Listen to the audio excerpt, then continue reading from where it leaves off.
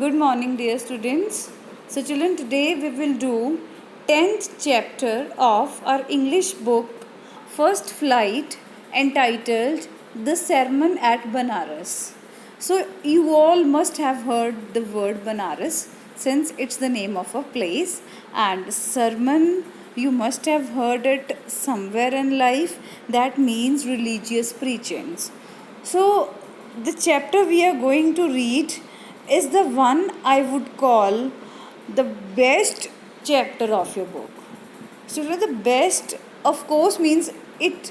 If you read it carefully, if you try to get the essence of this chapter, so definitely it may become your best chapter. It may become your favorite. So that is about the life of Gautam Buddha. You all have heard the name Gautam Buddha. He began his life as a prince. He lived in which era? 563 BC to 483 BC, right? So Gautam Buddha began his life as a prince named Siddharth Gautam. You know, he was a prince. By birth, he was a prince. So he started his life as a prince and his name was Siddharth Gautam in northern India. At 12 means at 12 years of age, he was sent away for schooling in the Hindu sacred scriptures, and 4 years later he returned home to marry a princess. Right? So 4 years later he was sent away for schooling. So what happened? That he returned home and he married a princess after 4 years. Like at such a young age he was married at 16 approximately, right? They had a son and lived for 10 years as a befitted royalty, right? They led a very good life, royal life, for 10 years, right? It means up to the age of 26. So at about the age of 25, the prince, at about 25 here, that means approximately 25 or 26, the prince had for shielded from the sufferings of the world while out hunting chanced upon a sick man, then an aged man, then a funeral procession, and finally a monk begging for alms. Chanced upon, that means he came across by chance, he met by chance. So children, when Prince Siddharth Gautam was 25 to or 26 years old, he happened to meet these 4 types of situations, people. So what were they? First, he saw a man who was suffering, who was unhappy. Either he was physically or mentally ill, or he was dealing with some grave problems in life. It means he was suffering, he was unhappy. Second, he saw a sick man. First was unhappy due to some problem. Second was physically, that aged man, right? So while out hunting, he chanced upon first a sick man, a man who was suffering from some physical or mental ailment. Then he came across an aged man, the one who had become old. And third, he met a funeral procession. It means a dead man, a funeral procession. And finally, he met a monk who was begging for alms from people so that he should be able to eat food, right? So he met these scenarios. These sights so moved him that he at once went into the world to seek enlightenment concerning the sorrows he had witnessed. Enlightenment, meaning is also given here, a state of high spiritual knowledge. So Gautam Buddha was, so much moved. So much moved means he became so thoughtful after seeing such things, because as a prince he has always seen happiness, comfort and luxuries in his life. Like he was quite content, he was having a family, he was well settled in life, he had never seen any suffering till then. So on one of the days he saw all these things. A man who was suffering physically, a man who had become old, then a dead man, and then a person who was a beggar. begging, right? Begging for alms. So he was so moved, he became so sad after looking at these sights that he began to search for enlightenment concerning the sorrows he had witnessed, right? He began to search for enlightenment. It means he wanted to gather the knowledge that is related to spirit. He wanted to gather, he wanted to achieve that state of high spiritual knowledge. He wanted to know each and everything. So he wandered for 7 years. See, children, that's a long time. 7 years. And finally he sat down under a peepal tree where he vowed to stay. Vowed means taking an oath, deciding something firmly, where he vowed to stay until enlightenment came. It means he wandered, he went here and there for 7 years in search of enlightenment, and finally he found a place. He sat under a peepal tree, and there he determined, means taking determination, taking resolution. He vowed to stay until enlightenment comes to him. So, enlighten after 7 days. It means after 7 days of staying there, after 7 days of meditation, he got enlightenment. And he renamed the tree the Bodhi tree. That means Bodh means to get knowledge, to get wisdom. We often call Bodh, we often use the word both, that means to have knowledge. The one bodhi means the one having knowledge. So bodhi tree means tree of wisdom, tree of knowledge. And he began to teach and to share his new understandings. Of course, if a person has learned so much, he should and he will teach others. As teachers, they study hard, they achieve high degrees, and then they teach you.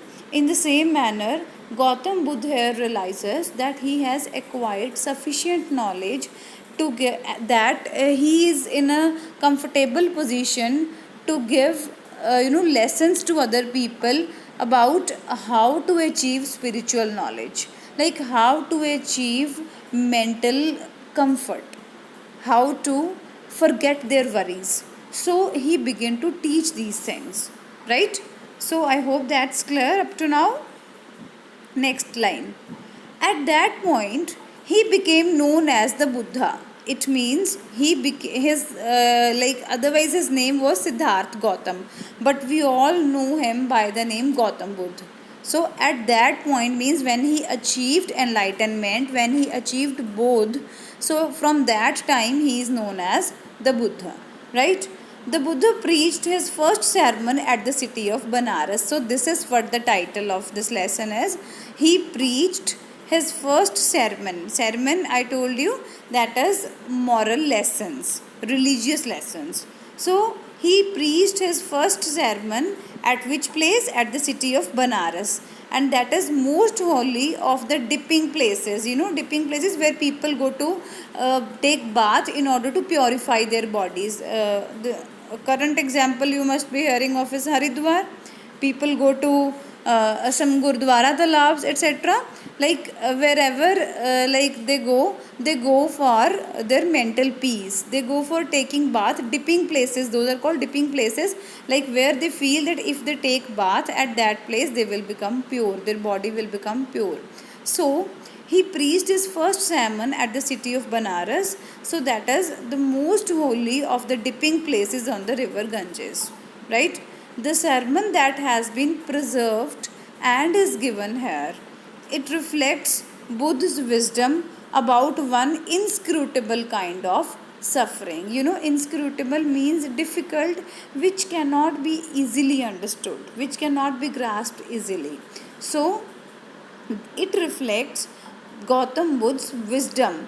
It means this knowledge cannot be achieved very easily. So if you see that, if you think that you will achieve that knowledge, you will achieve enlightenment.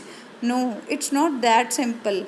One needs a lot of stability of mind, a lot of concentration, a lot of determination is required in order to achieve enlightenment.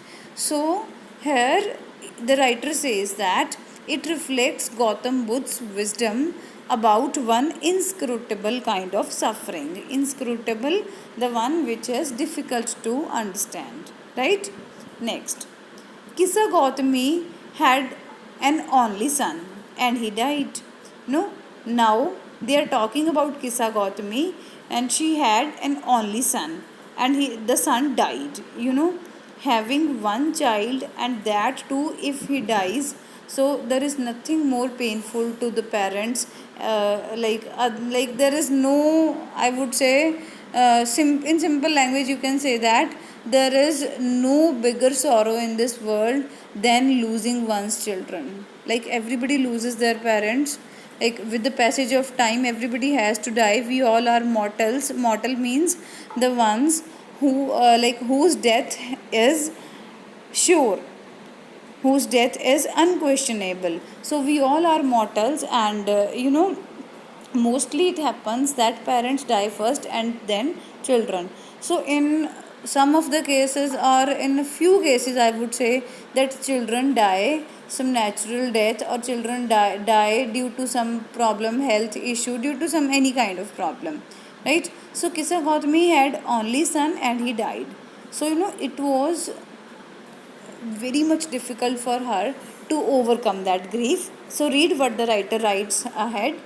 In her grief, she carried the dead child to all her neighbors, asking them for medicine, and the people said she has lost her senses, the boy is dead. When the only son of Kisa Gautami died, she became mad at her son's death. So why? Because she was so aggrieved that she carried the dead child from door to door.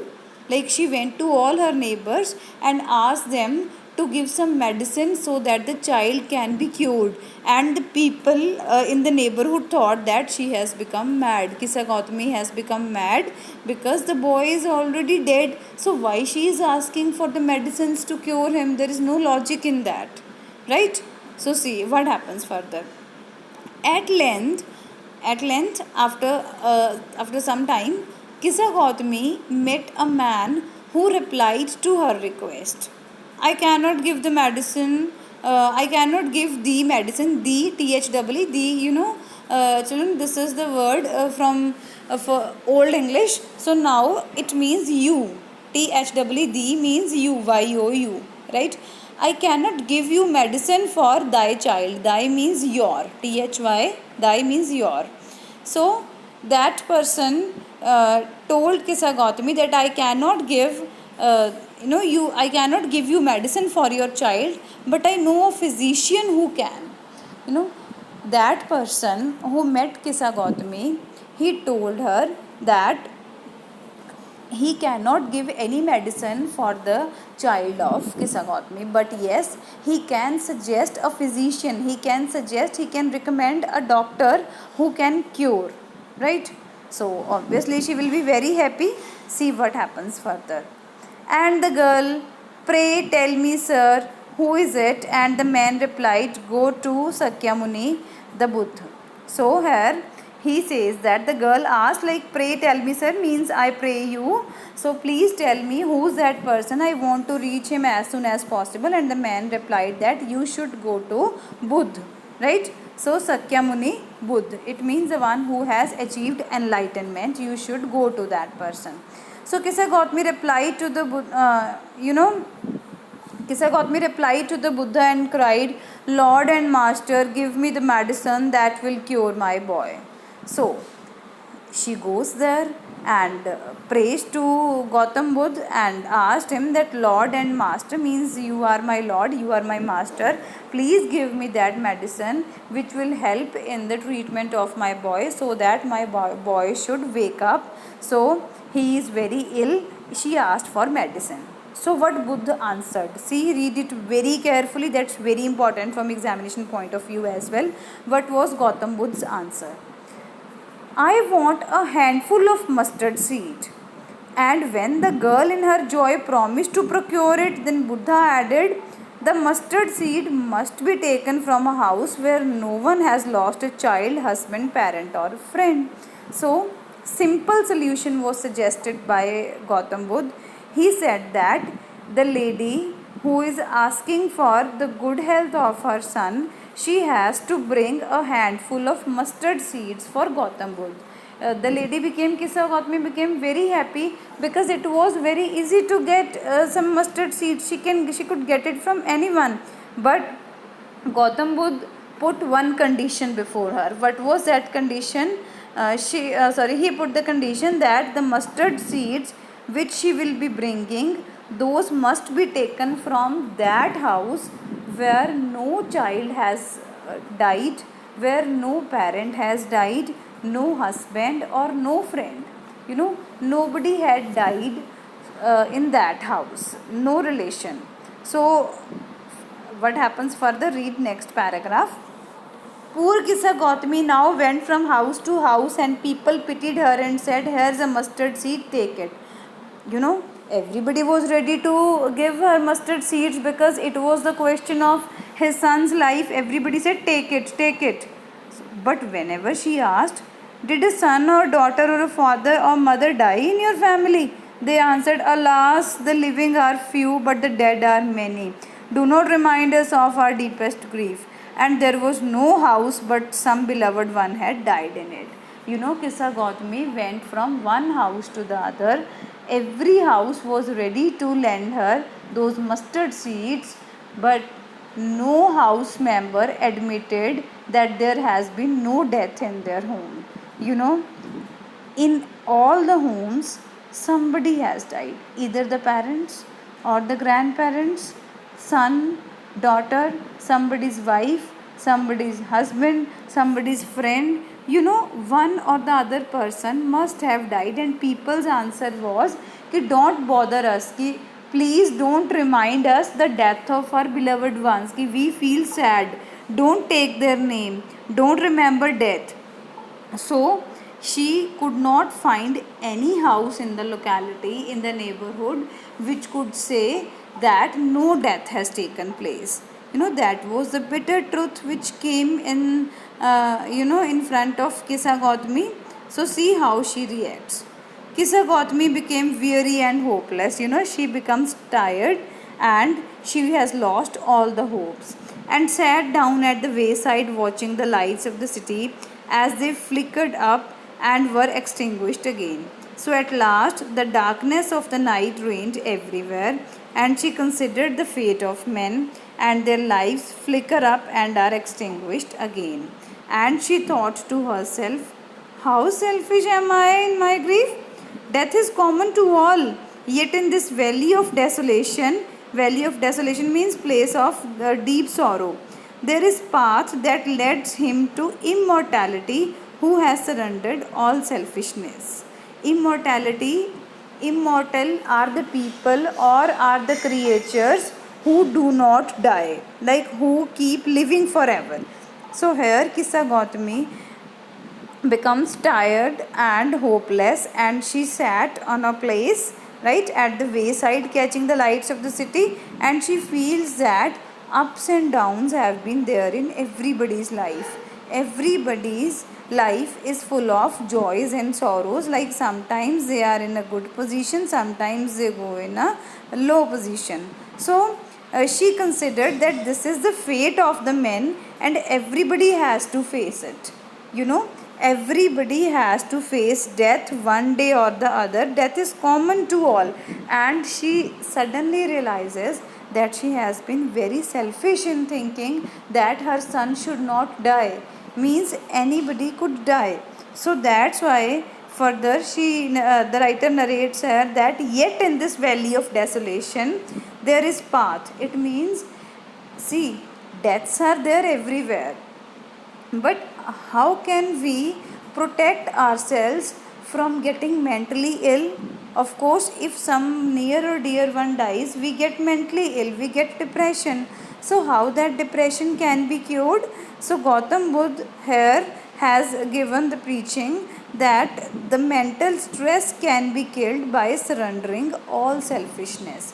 It means we have to sacrifice, we have to become selfless. We have to surrender all kinds of selfishness, and we have to accept the fact that everybody on this earth is mortal. One has to die one day. Everyone has to die one day. Right? Next paragraph. The Buddha said, the life of mortals in this world is troubled and brief and combined with pain.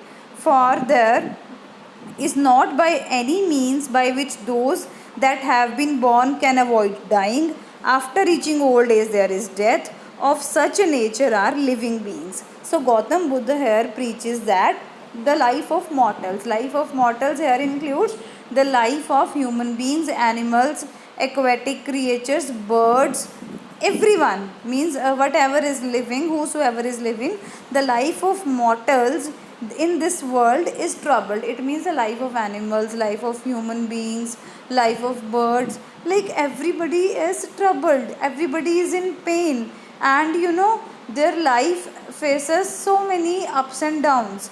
For there is not by any means, it means he further says that, like, there is no man who is forever happy and there is no man who is forever sad. And he further suggests that there is no person born on this earth who can avoid dying, who can avoid death.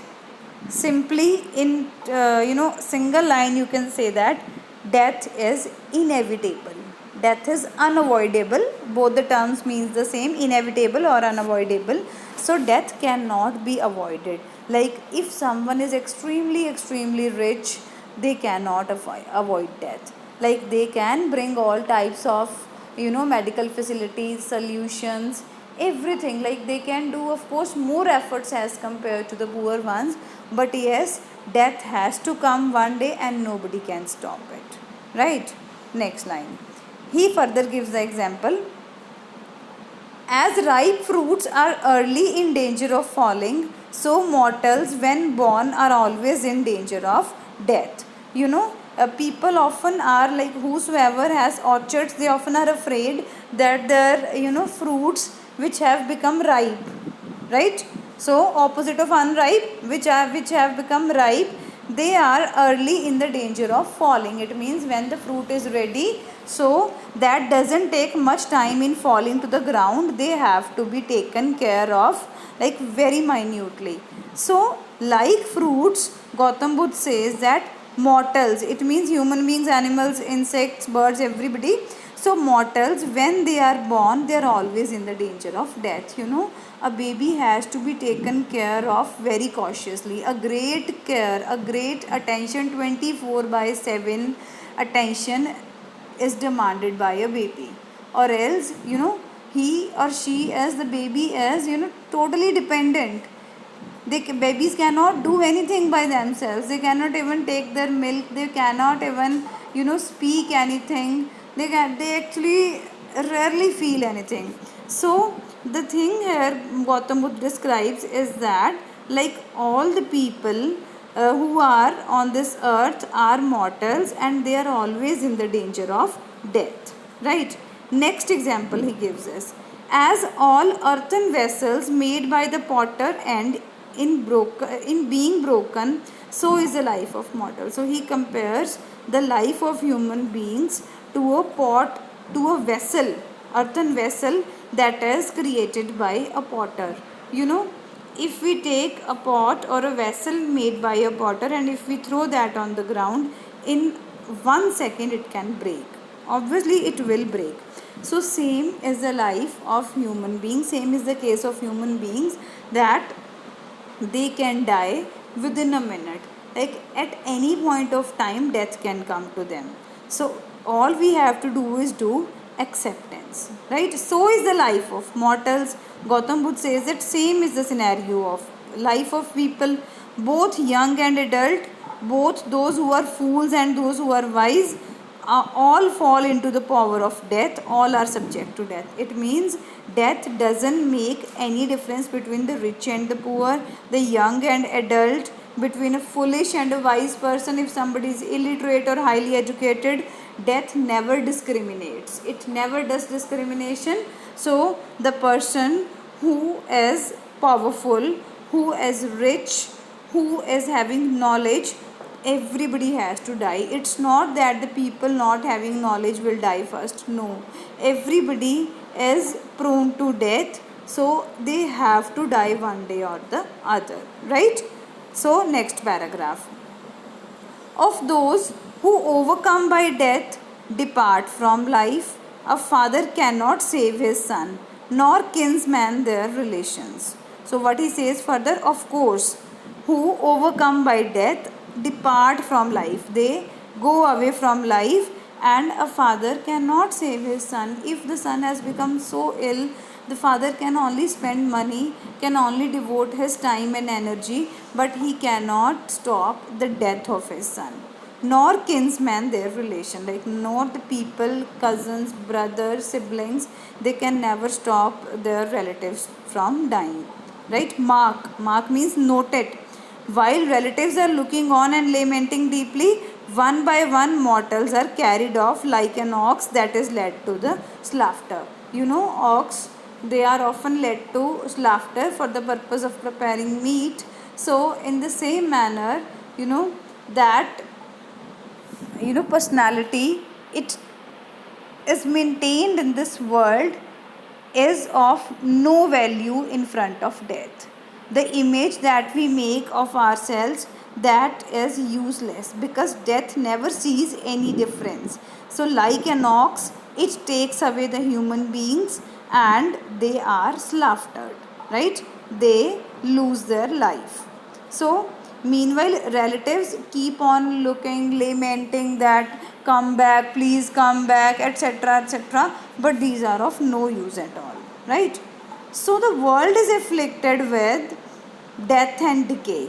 Decay again means destruction. Therefore, the wise do not grieve, knowing the terms of the world. So here Gautam Buddha says that world is afflicted with. Afflicted, see, afflicted here means affected by suffering, disease or pain, any kind of physical or mental pain, right? So this world is affected by pain of death and destruction. Therefore, what is the job of wise men? Wise men are those who do not lament, who do not grieve, who do not weep over the loss of life or material things, who never cry that this has happened, this should not have happened, like this, like that. So their business is not like this, right? They do not weep over these things. They know the terms of the world, means they know that the one who has born has to die one day. Like a person may live 50 years, a person may live 2 days, a person may live 110 years. So that depends. So from it varies from one person to the other. So that's why death should not be lamented. Means every person has to die sooner or later. Right? Next, last paragraph. Not from weeping nor from grieving will anyone obtain peace of mind. Peace of mind. Extremely beautiful paragraph, children. That is, I feel really hats off to the person who has narrated such sentences. Not from weeping nor from grieving will anyone obtain peace of mind. What people do when something bad happens? They begin to cry, they begin to shout, right? They begin to pat. So what happens? They only damage their mental health. They only damage their eyes. They cause harm to their mental health only. Otherwise, the one who has died can never come back, right? So the writer here says that from the very beginning, people are born, they live, they get old, they die, right? Everybody's death is decided. So there is no use of weeping or grieving, weeping or expressing grief over the death of anyone, because peace cannot be attained by weeping. Peace means peace of mind, the last thing which is desired by everybody, peace of mind, mental health. So on the contrary, the pain will be the greater and his body will suffer. It means if suppose somebody has died, suppose somebody's grandfather, somebody's father has died, so they will cry a lot, right? They will cry a lot, but there would be no use of crying. They will only lose their peace of mind if they cry. Their pain will become greater and their body will also suffer. So instead, what one should do? See, He will make himself sick and pale, yet the dead are not saved by his lamentation. Of course, the thing I told you, if somebody is lying dead in front of your eyes and you are crying, there is no use crying over that dead body, because that dead body is never going to come back to senses. It has died, it has perished, it has left this world. So there is no use of lamenting. Next line. He who seeks peace should draw out the arrow of lamentation and complaint and grief. Right? So lamentation again expressing some kind of unhappiness, expressing repentance. So here the writer here says that the one who seeks peace should throw out. It means the person whosoever says that I want mental peace, I want peace of mind. So those people should draw out the arrow of lamentation, complaint and grief. It means whatever comes to their life, they should have that acceptance. They should have that capacity to accept, to do away with the complaints. To do away with the complaints means not complaining about anything, not expressing the grief, howsoever great it should be. Right? He who has drawn out the arrow and has become composed will obtain peace of mind. It means the one who has taken away the path of enlightenment and thrown away the arrow of lamentation, complaint and grief. It means the ones who have stopped cursing God, cursing their destiny, like this was in my destiny, it was poor, like that. Those people obtain peace of mind. Right? So he who has overcome all sorrow will become free from sorrow and be blessed. See the most beautiful line of the chapter.